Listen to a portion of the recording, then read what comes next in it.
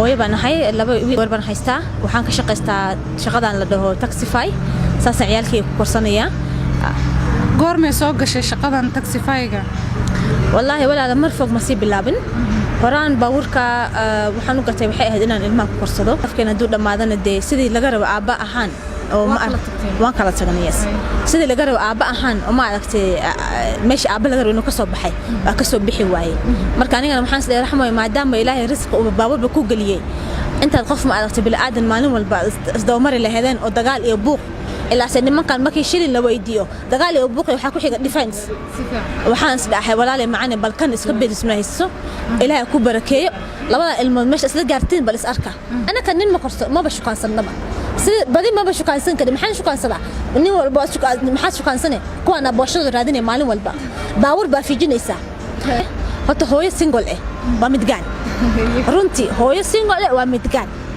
you know at any point I think somehow I will fahmi kara very well waxay ma aragtay ay dareemayso oo qofka uu maraya especially emotionally qofka waxyaalo badan waa isciilaysa you get because aniga sometimes gaarigan fadhiistaa you know waa isciili xanuunkaada dareemaysa you know but always there's a choice always waxa jira a better choice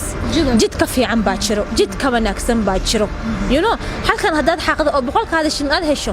wixii bari waxba iga ma galin ilmahayga koobkooda caana shax idrooti iyo shax hadaan cabna galabt alxamdulillah wasaxanayna caafimaadaan leenahay tii barina ilaahay baad daynaysaa laakiin dumarka ani waxaan dhihi lahaa always waxa jira jid ka fiican always jid wanaagsan baa jiro always hada ilaahay isku xirsana ma aragtay jid waa ku soo degdegaya hada ilaahay isku xirto jid waa ku soo degdegaya midaada kale single mar hada tahay you are a working progress waa working progress 24/7 marba wax baad isku xirxiraysaa hol baad isku xiraysaa ana hada baawur baan laakiin boqol hol baan isku xirxirto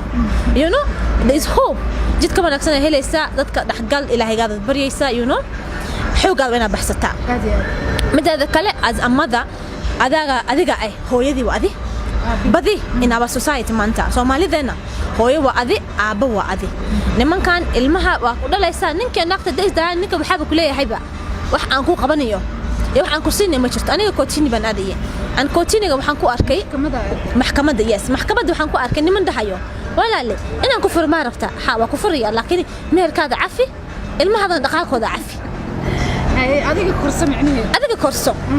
you know but then maamooyinka markay situation ka fiiriyaan because qofku dilay haduu yahay qof balad haduu yahay qof ma aragtay waxa la xun ku jira haduu yahay waxa isdaysaa irsaaqadaada ilaahay baa haya wixii uu caafi ilmahaadana korso you know laakiin always as gabdhaha ma aragtay single mothers ka midaada kale waan duceysanahay runteedan u hadlo waan duceysanahay dib waa jira astarays waa daba gadoomi maanta laakiin at the end of the day ma kan saan u fiiriyo gadaasheeda ay si alxamdulillah ilmaha kale xanooga tagtaan waa dhibaataysannahay wax laan la isku manaco you know ana kama dhahayno ninkan waxa ma haysto ay ma aragtay waa ka tagaya ma jirto ninka waxa uga tagaysa waa dib oo kula kulantay oo sanadooyin kugu qaatay waliba you know aniga oo kale sanadooyin bay ugu qaateen wax ma aragtay sanad mise laba sano oo intaan dul qaadan waan soo dhaqaaqa ma jirto ma ahan marka waxaan dhihi lahaa wiilasheena Soomaali aabooyinkeena tihiin ma aragtay you are one of us ilmaheena waa inii baahan yihiin aniga maanta it doesn't make sense in a maanta ilmahayga ku rafaado markay bari gabadhayda she is very bright markay gabadhayda tomorrow ay weynaato ma aragtay wax ay noqoto amal aan ka soo saaro with the help of ilaahay gabadhaydii waay it's not gonna work saas ma fiicno aabaha dad tahay wax laan la isku communicate not a bad ride dadka badi waa kula yaabayaan yes but then waxa ka muhiimsan in ciyaalkii isku dhigtaan waxa ka muhiimsan in aniga sharaf lahaado waxa ka muhiimsan in aan integrity lahaado waxa ka muhiimsan the focus is in ciyaalkayga aan korsado iskuulkooda madarasadooda haday xanuunsadaan and every day is a work in progress every day is not maalin walba ilmihi ba iskuul geynaysaa waa soo noqonaysaa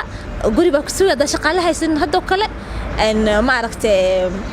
cunadii ina kariso ina ilmihi waqti fiican asaxsato maqrib meesha lagu gaar ina soo ordo ilmihi bal si fiican ma u seexdeen wax may cuneen you know such things what that is very very much laakiin mostly I will say waan ku